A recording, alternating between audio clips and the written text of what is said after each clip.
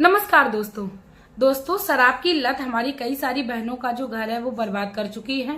दोस्तों तो इसी समस्या का समाधान लेकर आज मैं बेलपत्र को लेकर आई हूँ। दोस्तों बेलपत्र का ये जो उपाय है वो स्वयं पंडित प्रदीप मिश्रा जी ने अपनी भागवत में बताई है। दोस्तों पंडित प्रदीप मिश्रा जी किसी भी समस्या का उपाय बताते हैं और यदि किसी बहन को लाभ मिलता है तो वह स्वयं अपने श्रीमुख से उसका वर्णन करते हैं और उस उपाय को बताते हैं। दोस्तों तो इसी को मैंने आज अपनी कथा में सुना, तो आज मैं सोच रही थी कि क्यों ना आप लोगों से भी इस उपाय का वर्णन किया जाए। दोस्तों लाभ हर किसी को होना चाहिए। दोस्तों वीडियो को आगे बढ़ने से पहले मैं मेरे आराध्य श्री लक्ष्मी नारायण को मैं कोटि कोटि प्रणाम करती हूँ। मैं उनको कोटि कोटि नमस्कार करती हूँ। दोस्तों शराब की जो लत है वो व्यक्ति के शारीरिक स्वास्थ्य पर बुरा प्रभाव डालती है, साथ में ही उनके आर्थिक परिस्थितियां भी जो है वो कमजोर होने लगती हैं। दोस्तों शराब की लत व्यक्तियों के जीवन में इतना बुरा प्रभाव डालती है कि व्यक्ति अपनी जिंदगी में कंगाल होने की कगार पर आ जाता है, लेकिन व्यक्ति अपनी आदत से बाज नहीं आता है। मतलब उसको अपनी नशे की जो लत है वो पूरी करनी है, यहाँ तक कि अपने पत्नी के जो भी गहने होते हैं उनको भी दांव पर लगा देता है, या इंसान घरेलू जो भी वस्तुएं होती हैं गृहस्थी में उपयोग करने वाली, कभी कभी तो व्यक्ति अपनी इतनी हदें पार कर देता है उनको भी दांव पर लगा देता है। दोस्तों तो आज व्यक्ति के जीवन में जो भी सबसे बड़ी समस्या है वो है शराब की।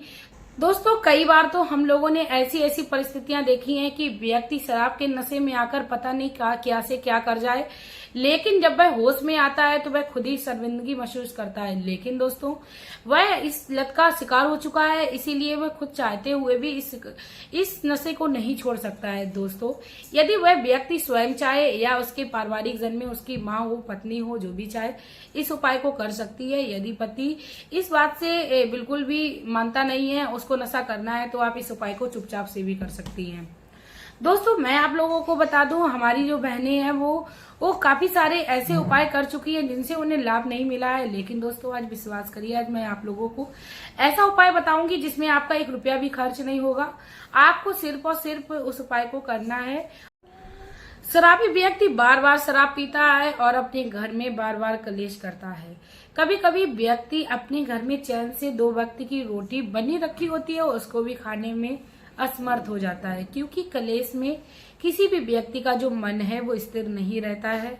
हर कोई अपने जीवन में खुशी रहना चाहता है। दोस्तों यदि आप अपने जीवन में खुशी रहना चाहते हो तो प्लीज आप लोग मेरे वीडियो को लाइक कर दीजिए, प्लीज चैनल को सब्सक्राइब कर दीजिए। इसके साथ ही आप लोग कमेंट बॉक्स में ओम नमः शिवाय का एक प्यारा सा कमेंट कर दीजिए। दोस्तों कहते हैं जो व्यक्ति दूसरों का भला करते हैं उसका भगवान स्वयं भला करने आते हैं, और भगवान को हमेशा ही वो व्यक्ति प्रिय होते हैं जो दूसरों पर उपकार करते हैं, और जितना संभव हो जाए दूसरों की मदद करनी चाहिए। यदि बिना पैसे के हो रही है तो हर मनुष्य को अवश्य करनी चाहिए। दोस्तों यदि मेरी वीडियो आप लोगों को अच्छी लगी तो प्लीज आप लोग मेरी वीडियो को शेयर कर दीजिए, क्योंकि शेयर करने मात्र से व्यक्ति के जीवन में अच्छा बदलाव मिलेगा और हो सकता है उस व्यक्ति को भी इस वीडियो से फायदा मिल जाए और अपने जीवन में इस उपाय को करे वो। तो चलिए दोस्तों आप टाइम को वेस्ट ना करते हुए आप लोगों से मैं बेलपत्र से संबंधित जो भी उपाय है उसको मैं आप लोगों से साझा कर देती हूँ। दोस्तों आपको करना क्या है, आपको ये उपाय जो है वो 3 दिन लगातार करना है।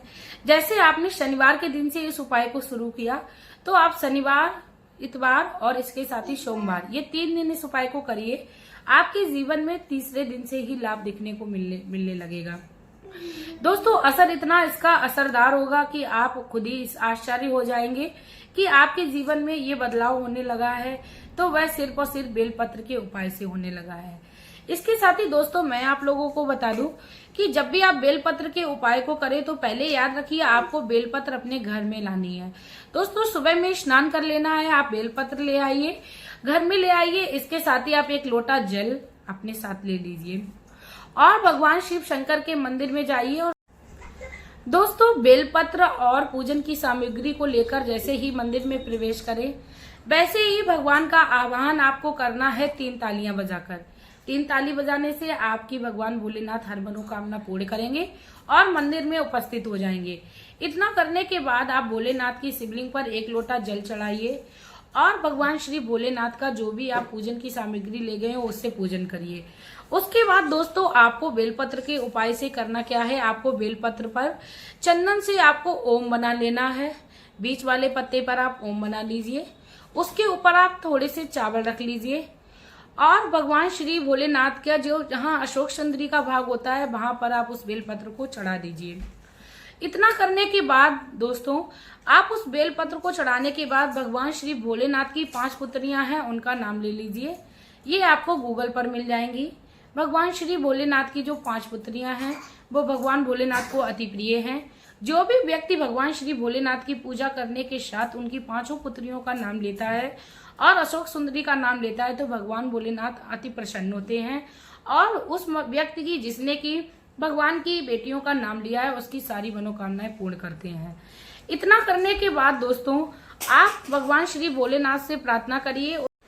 दोस्तों, जो बेलपत्र आपने अशोक सुंदरी के भाग पर चढ़ाई थी उस बेलपत्र को आप दोबारा से उठा लीजिए और भगवान भोलेनाथ से प्रार्थना करते वक्त भगवान भोलेनाथ से कहिए, हे भोलेनाथ, हमारे जीवन में नशे संबंधी बहुत ही भयानक समस्या चल रही है तो आप उस समस्या का समाधान करिए। हे मेरे भोलेनाथ, आप मेरे पति को, पुत्र को, जिसको भी ये समस्या हो उसका नाम लीजिए और बोलिए, हे भोलेनाथ, आप मेरी सारी समस्याओं का समाधान करिए और उन्हें जो भी नशे की आदत है उससे मुक्त करिए। दोस्तों, बेलपत्र को आप अपने घर में ले आइए और जब आपके पति सो रहे हों तो आप उस बेलपत्र के पत्ते को जिसको कि आपने चढ़ाया था, ना कि इकट्ठी की हुई वाली, उस पत्ते को आप अपने पति के, अपने पुत्र के कंठ पर लगाइए। सोते समय लगाइए क्योंकि जागते हुए हो सकता है वो ये उपाय ना कराएं। और उनके माथे पर लगाइए और उनकी आंखों पर लगाइए। इतना करने के बाद आप उस बेलपत्र के चूड़ बना लीजिए और साथ में जो एक्स्ट्रा आपने बेलपत्र शिवलिंग से उठाई थी उसका भी आप चूड़ बना लीजिए।